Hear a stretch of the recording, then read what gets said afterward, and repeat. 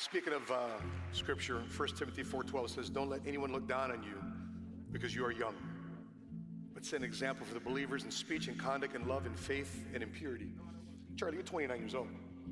I get up the top 10 questions I've been personally asked here down the hallway. Matt, how do I get to people because I'm young? How do I get people to believe me because I'm young? It didn't seem like you've had a problem with that.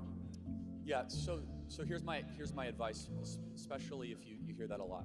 Every single one of you now, thanks to these literal supercomputers, for no charge, you can take learning very seriously. Every single one of you should do this.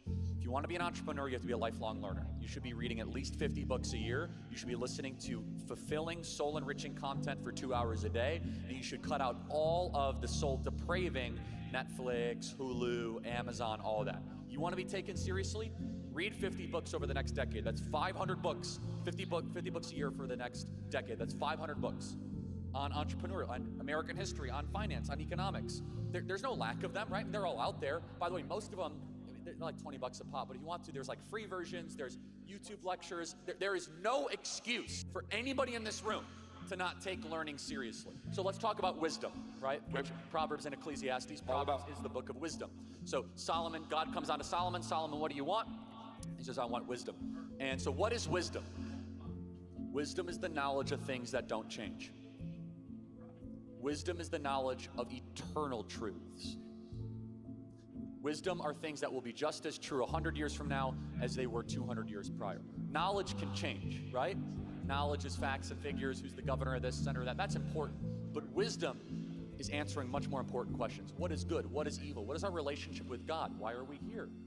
What is my purpose? Where am I going after I die? What is love? What is mercy? What is justice? What is prudence? What is temperance? Where do the best people live? Where do the worst people live? What are the best form of governments? These are things that matter a lot more than facts and figures that you could recite quickly just to take a test. So there's two ways to get wisdom. One is through a lot of life experience, multi-decades of suffering. You might get some wisdom. Or you can pursue texts, authors, and writers that have presented these things, the Bible being one of them. And where does wisdom truly begin?